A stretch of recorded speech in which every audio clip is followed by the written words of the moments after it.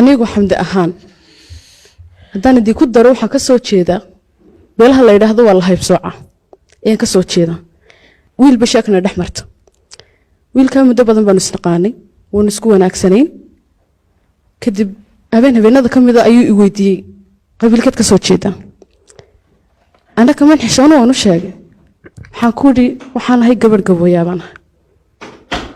yacnow kaana maa si hooyadii oo dhimatay loo soo sheegay ayuu u naxa waan weydiiyey waayo baan ku idhi aad maxaa la dhahdaa sidan oo dhan isugu bedesha wuxuu igu idhi waa reer xun waa reer caynkana waa reer sidana haba sheeganin baabuu soo istaagay waxay ta umaba qalintidba ayaabuu soo istaagay waayo baan ku idhi waad ka qurux badan tahay buu igu idhi waayo baan ku idhi ma wax laguga sheegay dad fool xun baan ku idhi horta anigu gabadh isaaqa baan ahay nin ma dhibaana waan baxay waxaan kaliyaatay dadweynahan ka rabaa ma dhibaanka iyo isaaqa isku diin maanayaan kala diin may wataan weliba qoyskaan ka dhashtay aabbahay ifkaan ugu jeclaa way maxarimay ilama hadlo ima rabo dee waxaan leeyahay dadweynaha aabbayna waan jeclaa ninkaygana waan rabaa se diinta labadan qof kala fogeysay dadweynaha lai weydiiyo bal nooga waran dhibaatooyinka kaa soo gaaray haybsooca iyo balka aabbaha kugu maqan waa yasitaan yasayaan ma dhibaan iyo isaaqanu isku mid baan u haystaa farq ay kala duwanyihiin bay kala sareeyaan laakiin ma garanayo waayo waa shakhsi Soomaaliya waa nin muslina oo shaadanay diinta Nabi Maxamed haystaa anigu xagga dhaleecaynta waxaan saarayaa faamiga aan ka dhashtay waalidka isagu ma awoodo inuu dadkii imika la kaftamo isagana ma aha sababto ee waa bulshada waa khalad waa run laakiin haddii uu bulshadii aanu marnaba la kaftami karin adigu ma jeclaatay inaad bulshadaada aad la kaftami kari weyd walaalay macana waan ku jawaabayaa aabay ma waan yasinba gaalna uma keenin nin muslina shaadanaanu keenay nin laan dheeray qabiilka soo jeedaanu keenay marka hore uu siinayay laakiin waxa tir dhibaatadii bulshadii aabaha bay kaga timid bulshadana uma nooliya wax qofku wax wanaagsan aqligiisa iyo naftiisa inay wada kaashadaan haddii calafkaaga uu noqdo ama sheeko wadaag aad noqotaan inaan ka soo jeedo beelaha imka haddaan ka hadlanay gabooy ma la qaasa sheekada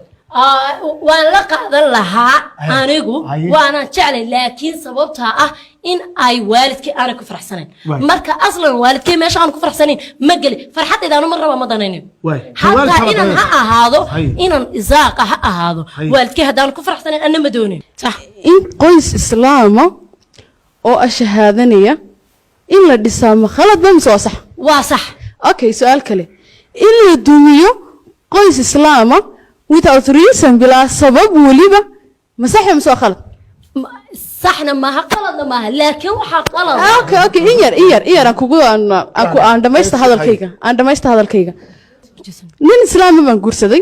الشهادة نية ريربان سنة وبد بان دقانية وأنا سنة رسولك عليه الصلاة والسلام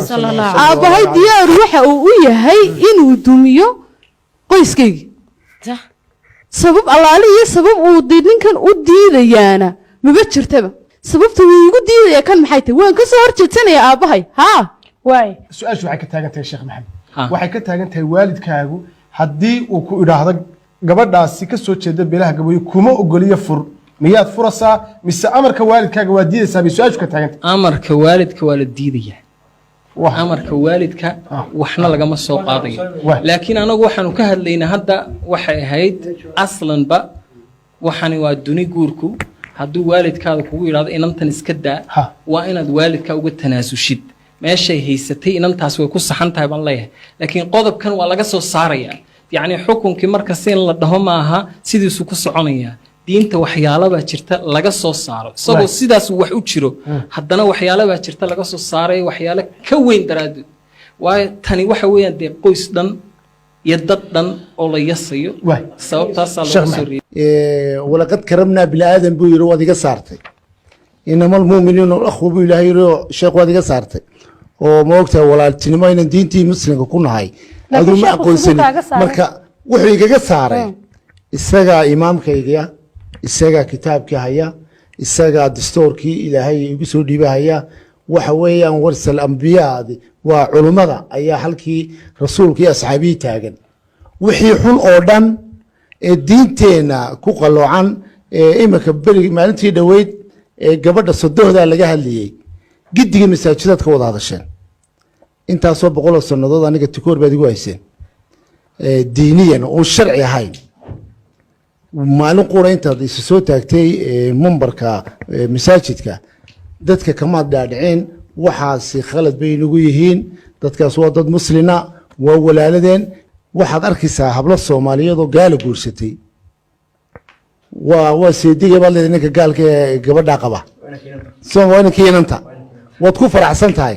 anigoo ashahaadanaya marka diintaasi ma diin saxa mise waa diin qalada ilan diintu waa kitaabka quru Ilaahay noo soo dejiye iyo sunnada rasuul soo ma garan culimadu maxay ka qabtaa in salaadan kula tukanaya ma ansaxba mise si goonayna inuu tukada sheekh qoladan kalena waa dhageysatay adiga laftirkaaga waxaad ka mid tahay qoysaskaasi